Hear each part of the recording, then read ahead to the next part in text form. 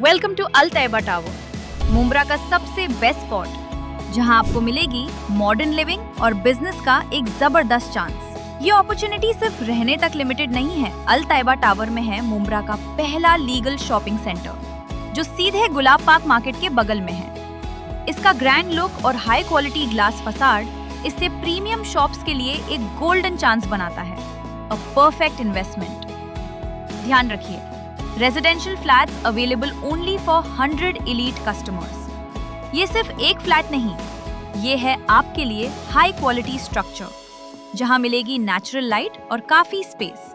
Connectivity की बात करें तो क्वीन मैरी स्कूल और रहमानिया हॉस्पिटल सिर्फ 30 सेकेंड्स अवे है। स्कूल और हॉस्पिटल सब कुछ बिल्कुल पास है। यहाँ मिलेगी 24/7 CCTV सिक्योरिटी और एम्पल कार पार्किंग। तो इंतजार कैसा? अपने सिक्योर फ्यूचर, कंफर्टेबल लाइफस्टाइल और स्मार्ट इन्वेस्टमेंट के लिए चूज अल तैयबा टावर। आपकी नई लाइफ यहीं से शुरू होती है। ज्यादा डिटेल्स के लिए हमारी वेबसाइट देखिए या अभी कॉल कीजिए। फर्जी जाति प्रमाण पत्र के आरोपों को लेकर के क्या बोले मुंब्रा कलवा अध्यक्ष शमीम खान।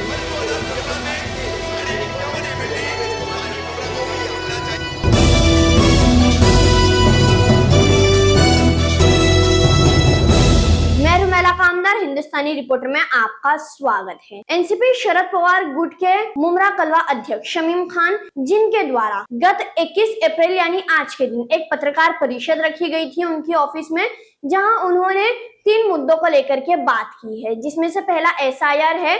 SIR जो है वो हम आपको अपनी अगली खबर में बताएंगे। इस खबर में हम आपको 2 मुद्दों के ऊपर बताने जा रहे हैं, जिसमें से पहला मुद्दा है मुंब्रा कलवा के MLA जितेंद्र अवार्ड, उनकी बेटी नताशा अवार्ड, जिनको हाल ही में एनसीपी शरद पवार गुट के अंदर जनरल सेक्रेटरी का पोस्ट दिया गया है और आने वाले कुछ समय में नताशा अवार्ड जो है चुनाव भी लड़ने वाली है। इस पूरे मामले को लेकर के एनसीपी शरद पवार गुट के शमीम खान ने अपनी बातें सामने रखी है, क्या बोले हैं, और साथ ही में MIM की नगर सेविका सहार यूनुस शेख, जिनके ऊपर ऐसे आरोप लगे थे फर्जी जाति प्रमाण पत्र के, उसकी खबरें भी हमने आपको दिखाए थे। अब इस पूरे मामले को लेकर के शमीम खान ने अपनी बातें सामने रखी है कि ये एक लीगल प्रोसीजर है। इस पूरे मामले में अवार्ड साहब और नजीमुल्लाह का नाम लिया गया था। क्या बोले हैं इस पूरे मामले को लेकर के शमीम खान ने, सुनिए। शमीम भाई, जिस तरीके से कुछ दिन पहले ही जो जितेंद्र अवार्ड उनकी बेटी है उनका यहाँ पर सत्कार किया गया था, तो कहीं ना कहीं फ्यूचर में वो इस वार्ड से लड़ने की इच्छुक रखते हैं कि ऐसा खबर भी आ रही है मुंब्रा से कि वो लड़ सकते हैं मुंब्रा से। दीपक भाई, नताशा जितेंद्र अवार्ड, वो बच्ची को महाराष्ट्र का राष्ट्रवादी SP पार्टी की तरफ से हमारे आदरणीय नेता माननीय शरद चंद्र जी पवार साहब के आदेश अनुसार उस बच्ची को जनरल सेक्रेटरी की पोस्ट दी गई। फिर मैं आपके माध्यम से उस बच्ची को बहुत सारी मुबारकबाद, बहुत सारी दुआएं देता हूँ। और आपने सवाल किया कि क्या वो इलेक्शन लड़ेगी। क्यों दीपक भाई ऐसा आप सवाल करते हैं? क्या उसका अधिकार नहीं है इलेक्शन लड़ने का? उसका हक नहीं है इलेक्शन लड़ने का? वो इसलिए क्योंकि वो जितेंद्र अवार्ड साहब की बेटी है, उसको इलेक्शन लड़ने का अधिकार नहीं है। क्या बाकी पॉलिटिकल लीडरों के बच्चे इलेक्शन नहीं लड़ते? और अगर वो बच्ची इस फील्ड में आई है, और कहीं ना कहीं मैं फिर कह देता हूँ आपके माध्यम से कि बरसों से मैं देखता हुआ आ रहा हूँ उसको, वो आकर के बैकडोर से काम करती थी, पब्लिक सिविल के काम करती थी, कभी आज तक वो कैमरे के सामने नहीं आती थी, कभी सामने आज तक वो हमारे किसी स्टेज के प्रोग्राम को शेयर नहीं किया बच्ची ने, जबकि वो उसके वालिद साहब हमारे नेता डॉक्टर जितेंद्र अवार्ड साहब वो देश के बड़े लीडर हैं, लेकिन कभी उन्होंने आज तक उसको आगे नहीं लाए। लेकिन मैं समझता हूँ देरी हुई है, उसको पहले आना चाहिए था, और अगर वो लेट अभी आई है तो भी कोई दिक्कत की बात नहीं है। और अगर हमारी पार्टी और हमारे नेता डॉक्टर जितेंद्र अवार्ड साहब ये उसको यानी आगे, जैसे आपने कहा है इलेक्शन लड़ने के बारे में, अगर वो टिकट उसको देते हैं, पार्टी का निर्णय होता है हमारे अध्यक्ष का, तो ये पूरी संगठन, पूरी पार्टी उसके साथ पूरी मजबूती से खड़ी हुई है। और मैं तो चाहता हूँ कि यूथ को आगे आना चाहिए, नताशा जैसे बच्चों को आगे आकर के इलेक्शन लड़ना चाहिए। ये हमारी सोच है, हमारी चाहत भी है। गलत क्या उसके अंदर? शमीम भाई, जो कैसा हराया कि जो नगर सेविका हैं शहर है उनसे उनके जात प्रमाण पत्र को लेकर कर काफ़ी चर्चाएं चल रही हैं और कहा तो यहाँ तक जा रहा है कि अब FIR दर्ज हो जाएगा, उनका पद भी खतरे में है। आप क्या कहेंगे इस पे? देखिए, ये सब कानूनी प्रक्रिया है सुल्तान रिजवी साहब।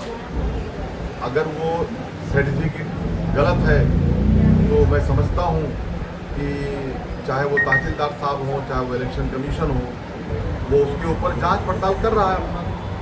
जो उनका डिसीजन आएगा वो हम सबके सामने आएगा, उसको हम लोग देखेंगे अपने तरीके से, समझेंगे क्या उन्होंने गलत कल और एक क्या प्रेस सही है। कॉन्फ्रेंस में 2 नेताओं के नाम लिए बड़े, जो थाना में बैठकर उनके जो पद है उनको रद्द करने का काम किया गया, तो उस पर आप क्या कहेंगे? जिसमें उसने नाम भी लिया है जितेंद्र अवार्ड और नजीमुल्ला का, तो उस पर क्या कहेंगे? भाई, आज तहसीलदार साहब जो बैठे हुए हैं उमेश पाटिल साहब, वो तो कलेक्टर साहब और जो कलेक्टर की तरफ से बैठे हुए हैं, वो जो 2 नेताओं का नाम लिए, मुझे नहीं लगता है कि इसमें कोई 1% भी रोल जितेंद्र अवार्ड साहब का है। मैं तो नहीं कह सकता हूँ ये बात। या जो 2 नेताओं का नाम लिए, मुझे उन दोनों, मेरे को नहीं लगता है कि इनका कोई रोल है उसके अंदर। जो देखिए, ये जो OBC सर्टिफिकेट होती है, ये जो सर्टिफिकेट OBC होती है, ये जब आदमी जमा करता है तो उसमें 6 महीने का वैलिडिटी का रहता है कि 6 मंथ के अंदर आपको लाके इसकी वैलिडिटी देना है। अब उसकी प्रक्रिया जो है वो तहसीलदार की तरफ से होती है। तहसीलदार ने कोई एक ऑर्डर मैंने सुना है कि भेजा है ऊपरी लेवल पे उसकी जांच करने के लिए। तो जब उनकी जांच हो जाएगी, जांच आ जाएगी, तो हम बात करेंगे इसके ऊपर। और मुझे नहीं लगता है कि इसमें कोई नेताओं का रोल है, और अवार्ड साहब का तो इसमें कोई 100% रोल नहीं है। और वो नजीब भाई की बात कर रहे हैं, तो मुझे नहीं लगता है उनका भी कोई इसमें, मैं ऐसा कहना गलत हो जाएगा, लेकिन मेरे को लगता नहीं। शमीम भाई, शमीम भाई, इसी शमीम भाई- प्रभाग में साजिद बप्पा भी हैं, जो उम्मीदवार रहे हैं, पूर्व नगर सेवक रहे, उनका भी उन पर भी आरोप है, तो क्या कहेंगे आप? प्रभाग क्रमांक 30 के ही है। भाई, मैंने तो फिलहाल साजिद बप्पा के बारे में नहीं सुना है कुछ भी अभी तक ऐसा। हमारी पार्टी की बात है, जहाँ तक मैंने नहीं सुना है। मैंने ये जो सुना है वो जो जावेद सिद्दीकी साहब हैं, उनकी जो बेटी है, वो तो खुल करके जावेद सिद्दीकी साहब प्रेस कॉन्फ्रेंस में कह रहे हैं मैं तो वो कल कि उनका मैंने साजिद बप्पा का भी हाँ, नाम मैंने लिया है बेटे- कोर्ट से पेपर। सुनिए ना, हाँ, गुड्डू खालू है, सुफियान को सुफियान है, खान। उनका भी नाम लिया मैं गया क्या है। बोलता हूँ, जो नाम वो ले रहे हैं, जैसे उन्होंने साजिद भाई का नाम लिया, मेरी जानकारी के मुताबिक साजिद भाई का कोई रोल नहीं है। मेरी जानकारी के मुताबिक रोल इसमें फराहा, जो हमारे जावेद सिद्दीकी साहब हैं, उनकी जो बच्ची हमारी बेटी है, वो शायद उन्होंने डाला है। तो वो तो खुल के कह रहे हैं, आपके प्रेस कॉन्फ्रेंस में कह रहे हैं जावेद सिद्दीकी साहब, तो ये इल्ज़ाम दूसरे भी क्यों? और अगर वो कर रहे हैं तो इसका जवाब तो आपको जावेद सिद्दीकी साहब देंगे। अगर वो पद चला 4 जाता लोगों पे है, इल्जाम लगाया गया है कि ये 4 लोगों की वजह से हो रहा है और 2 करोड़ का कुछ मानहानि का दावा करेंगे। उसमें NCP थाने एक वो है, ग्रुप है, सोशल मीडिया में। NCP SP थाने प्लस आप वो तो इल्जाम बहुत लगाते रहते हैं, कभी उन्होंने इल्जाम उस पर भी कुछ लगाया था। तो इल्जाम लगाने, देखिए मैडम, इल्जाम होता है, इल्जाम से कोई फर्क नहीं पड़ता। इल्जाम लगाने वाले बहुत सारे लोग हैं, डेली लगाते रहते हैं, डेली मुझे भी लोग उल्टा सीधा बोलते हैं, कुछ लोग ऐसे हैं, तो उससे क्या फ़र्क पड़ता है? मैं समझता हूँ कि इन बातों को उतना इम्पोर्टेंट ना दिया जाए। और बाकी रही बात कानून पे, तो मैं उन्हें भी कहना चाहता हूँ, जो मतलब जो लोग हैं जो कल प्रेस कॉन्फ्रेंस किए थे, कि भाई आप भी वक्त का इंतज़ार कीजिए। क्या आपको डिसीजन आता है? किसी के ऊपर बेबुनियादी इल्ज़ाम लगाना ये बेहतर नहीं है। ना आवाम इसको एक्सेप्ट करती है, ना अल्लाह ताला इसको एक्सेप्ट करती है।